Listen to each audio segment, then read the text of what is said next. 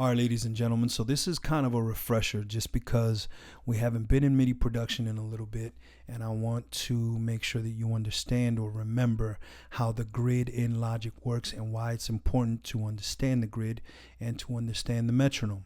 Remember that Logic works on a grid. Remember this? These grid lines? This represents perfect time in the song or in the session. It also represents the clicks from the metronome. So remember that the time signature is 4/4. It's 4 beats per measure, right? So look at your grid lines. Measure 285. This is 1 bar or 1 measure, right? 4 beats, 1 measure. Look, line 1 is beat 1, beat 2, beat 3, beat 4, and then comes the next measure. Okay?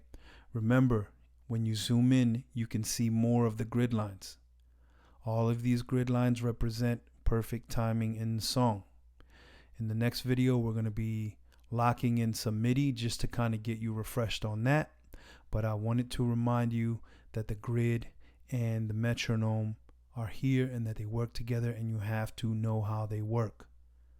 Okay, so reestablish your knowledge of that, and then we'll come back in just a moment.